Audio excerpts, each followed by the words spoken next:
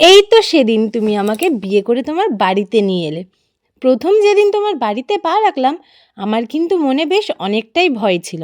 তারপর আস্তে আস্তে বুঝলাম সংসারের বেশ ভালোই ভার আছে। তবে যেদিন বিয়ে করেছিলাম সেদিন কিন্তু মনে মনে দুজনেই দুজনার দায়িত্ব নিয়েছিলাম, ভালো রাখার ভালোবাসার দায়িত্ব নিয়েছিলাম। তবে জানো তো, বিয়ের পর যখন তোমার সাথে ঝগড়া হতো, কথা কাটাকাটি হতো, মনে হতো সব ছেড়ে ছুড়ে অনেক দূরে কোথাও চলে যাই। আর ঠিক সেই সময় অনেকেই বলে উঠতো বিয়েটা টিকলে হয়, বিয়ের যে কত জ্বালা আস্তে আস্তে বুঝবি। হ্যাঁ ঠিক তাই, সত্যি বুঝেছি।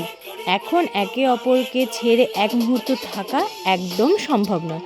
অভ্যেস হয়ে গেছে যে আমাদের। তো হাসতে হাসতে তোমার সাথে খুনসুটি করতে করতে, এই যে তোমার সাথে বাইকে করে ঘুরতে ঘুরতে, সমুদ্রকে আবার নতুন করে উপভোগ করতে করতে, উদ্দাম তালে গান চালিয়ে, কোনো চিন্তা ভাবনা ছাড়া উদ্দামভাবে নাচ করতে করতে, হাতে হাত রেখে কিলো মাইলের পর কিলো মাইল হাঁটতে হাঁটতে, হালকা ফুলকা রোম্যান্স করতে করতে, ঘন্টার পর ঘন্টা সুখ দুঃখের গল্প করতে করতে, আর যেটা না বললেই নয়, আমার সমস্ত স্বপ্ন পূরণ তুমি করতে করতে, আমার সমস্ত পাগলামি সহ্য করতে করতে, একে অপরের সাথে ঝগড়া করতে করতে কখন যে এক যুগ, মানে 12টা বছর কাটিয়ে ফেললাম সেটা বুঝতেই পারলাম না।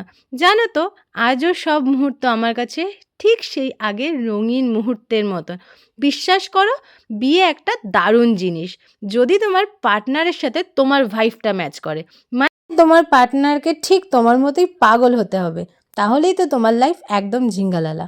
তাহলে হ্যাপি ম্যারেজ অ্যানিভার্সারি মিস্টার পাল। তোমার কাঁধে এইভাবে মাথা রেখে আমি এক যুগ নয় আরও 100টা যুগ কাটিয়ে দিতে পারি। তুমি খুব ভালো থেকো।